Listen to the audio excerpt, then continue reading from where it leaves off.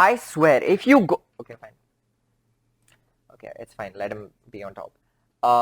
Wait. Should I move the camera so he comes? Okay, yeah. Don't get distracted. No, I'm the star of the show.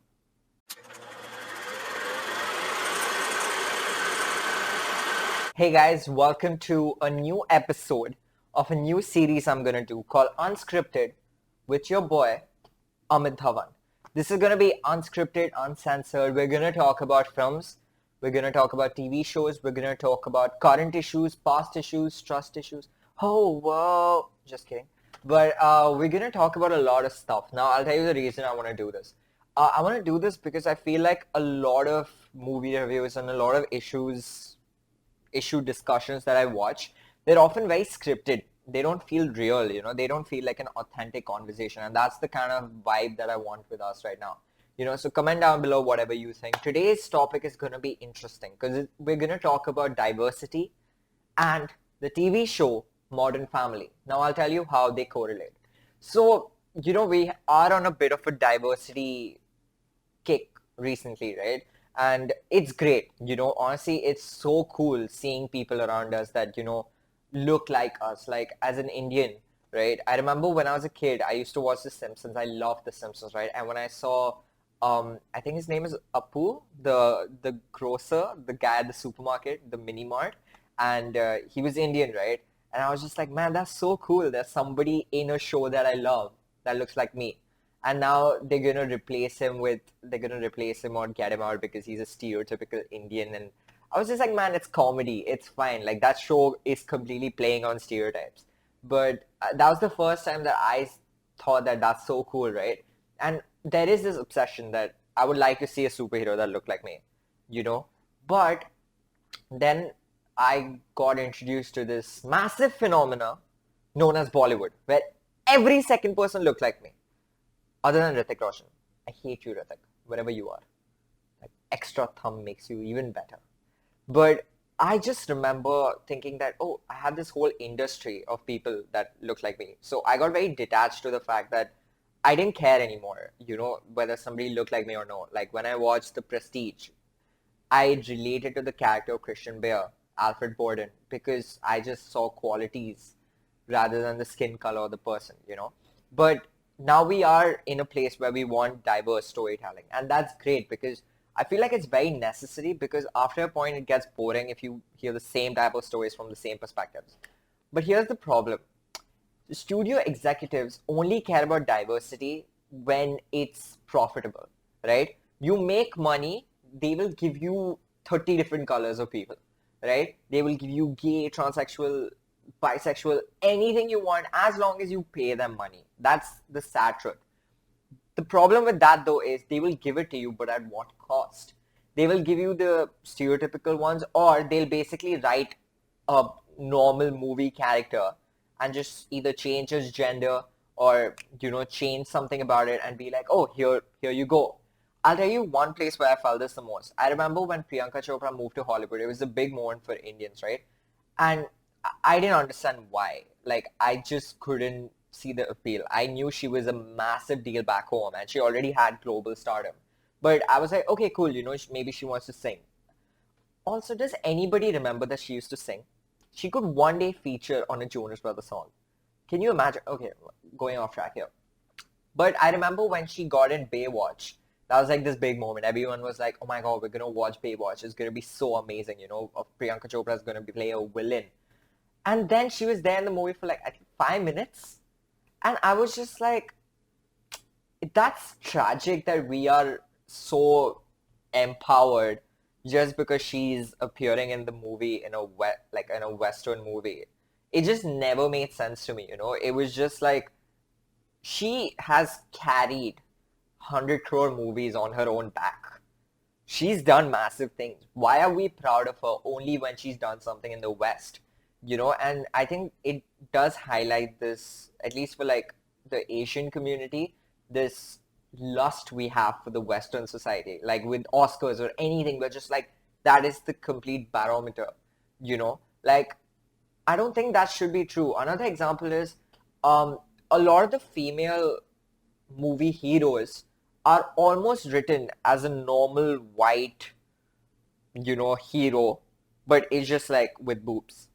It's always been like that. Like, there's no difference, right? Like, when you see it, you're just like, okay, this is basically a guy thinking that, okay, I'm gonna write a normal character.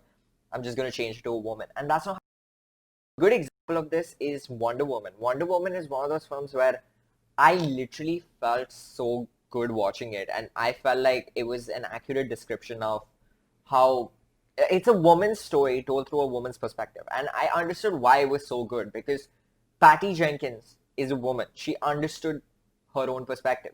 She must have put her own life details, or she must have put things she's read, things she's seen women around her do, and she understood it better. That's the same reason why I don't get it when people try to force this diversity agenda on directors. Like, they tell Martin Scorsese, oh, why don't you make this type of film? Why don't you do this? He's telling the stories he understands and he loves. And that's why he's the greatest of all time. And all directors should do that. Patty Jenkins is an amazing director. I really love her work. Jordan Peele is so good with Get Out. He was able to tell such a good story. Get Out and Us. And, you know, so you have those directors. You have Spike Lee, who tells amazing black stories. And you have, I think I'm going to get it wrong, but the South Korean film Parasite's director, I think Bong Jo, who I can't pronounce, I'm sorry. I butchered the name. But you have him tell such a beautiful story and it resonating so well. So that's how I feel like diversity essentially should be handled, like when it's necessary, not when it's profitable. That's what I kind of felt with Captain Marvel, where her personality traits were like zero. Like, she just felt like they were launching a normal superhero and were just like, okay, everybody's like, oh, a female superhero, let's bank on that. That's why I kind of felt like that with Captain Marvel, but some people liked it, maybe, I don't know. But 11 seasons old at this point, right? And they just finished 11 seasons. And it's an amazing show. I think it's one of the best shows which is not spoken about enough. I know it has a cult following, like a lot of people love it, but I just don't think enough people love it because this is one of those shows which I think is progressive culture done right. It has three different couples, for those of you who are not familiar. A normal couple, right, which is Claire and Phil, and it's a case of teen pregnancy, and then they got married and blah, blah, blah. Then you have Gloria and Jay, who Gloria is 30 years younger than Jay, right? So you have a very unconventional couple, something that's usually frowned upon. And then finally, you have Cam and Mitchell. Cam and Mitchell are, gay husbands and stuff. Hi, Cat.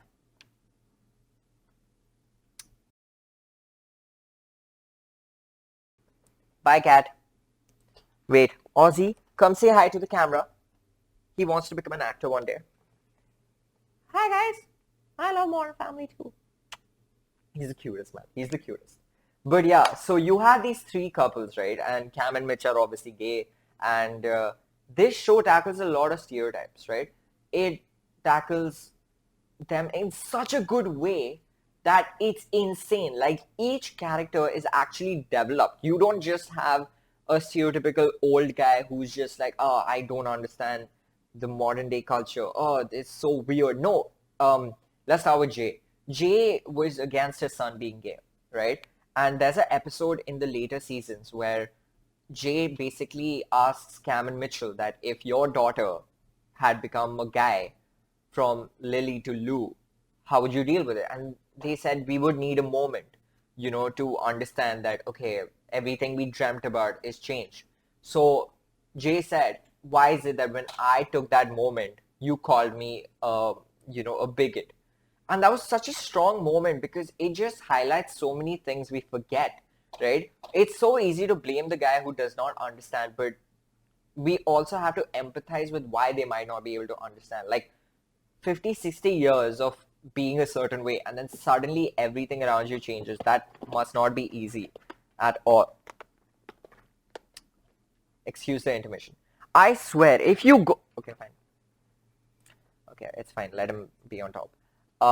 Wait, should I move the camera so he comes? Okay, yeah. Don't get distracted. No, I'm the star of the show. Am I letting him get the spotlight? Okay, Yeah, so you have Jay, who's somebody who's grown. You have Gloria, who's shown as this beautiful woman. You're gonna just assume she's gold digger, but she's so different from that concept. She is with Jay because she loves him. She has driven a taxi. She's worked at salons. She's somebody who's truly empowered. And when she shops, you never feel like, you know what, why is she doing this? Okay. He's breaking my friend's set. Wait, I need to get him out. Hi, Ozzy. When you're old enough, you can get your own Lego set.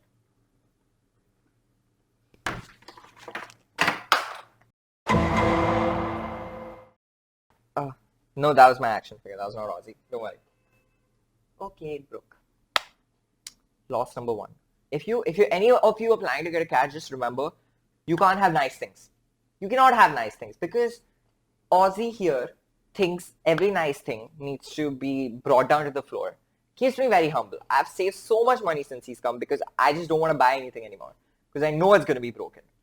But yeah, so you have Gloria, who's such a amazing, empowered woman. Yeah, let's see how he's going to climb now.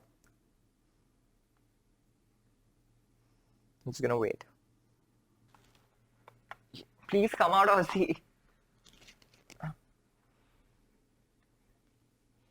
Yeah, so as I was saying, okay, go. Yeah, so as I was saying, you have Gloria, who's so empowered in that way. You have Claire, who's, the standard tough mom, but she's so soft and she's so caring and she has dreams, ambitions. She's a career-oriented woman. She's goal-driven. She is strong. She does not back down from a challenge. And that's such a great character. Then you have Phil, who is the most. He wants to communicate emotions. He wants to fit in. He wants to make everyone laugh. It tackles a lot of different types of things that we are used to seeing, right? And then you have Cam and Mitch. Now, with gay couples, usually there's always a stereotype of how they are, right? You bring the flamboyance, you bring this, you bring that. This show plays on those stereotypes. It gives Mitchell so much character. It basically helps them both be flamboyant at times and the stereotypical gay, but it adds so much more. Like Mitchell is a lawyer. Mitchell is headstrong. Mitchell worries a lot. Mitchell cares about it. He carries his own trauma. He works hard for his family. Then you have Cam, who's the most flamboyant. Yeah, he's the stereotypical gay guy, but he's also a football coach. He's tough. He grew up on a farm. So this is a show where diversity, in a way, or different characters have been fleshed out so well that it just makes you wonder that I wish more shows could do stuff like this. If you guys want me to do a whole segment talking about Modern Family and my favorite moments and stuff, please do let me know. And I hope you like this. The takeaway from this is that I think diversity is awesome, but I feel like we should be a little wary of the fact that whether it's coming from a genuine place or no, because sometimes when it's not coming from a genuine place, it can really sound bad and it can really be weird. But yeah, do let me know what your thoughts are on this, guys. And I'm gonna see you guys really, really soon. Subscribe, okay? Hit the bell icon if you love me that much, which I don't expect you guys to do it so soon. More videos, then I'm pretty sure you guys will fall in love with me. It's not hard. And yeah, comment down below your thoughts. Comment videos you want me to see, other topics for, Unfiltered that you would like me to talk about. And yeah, see you guys next week.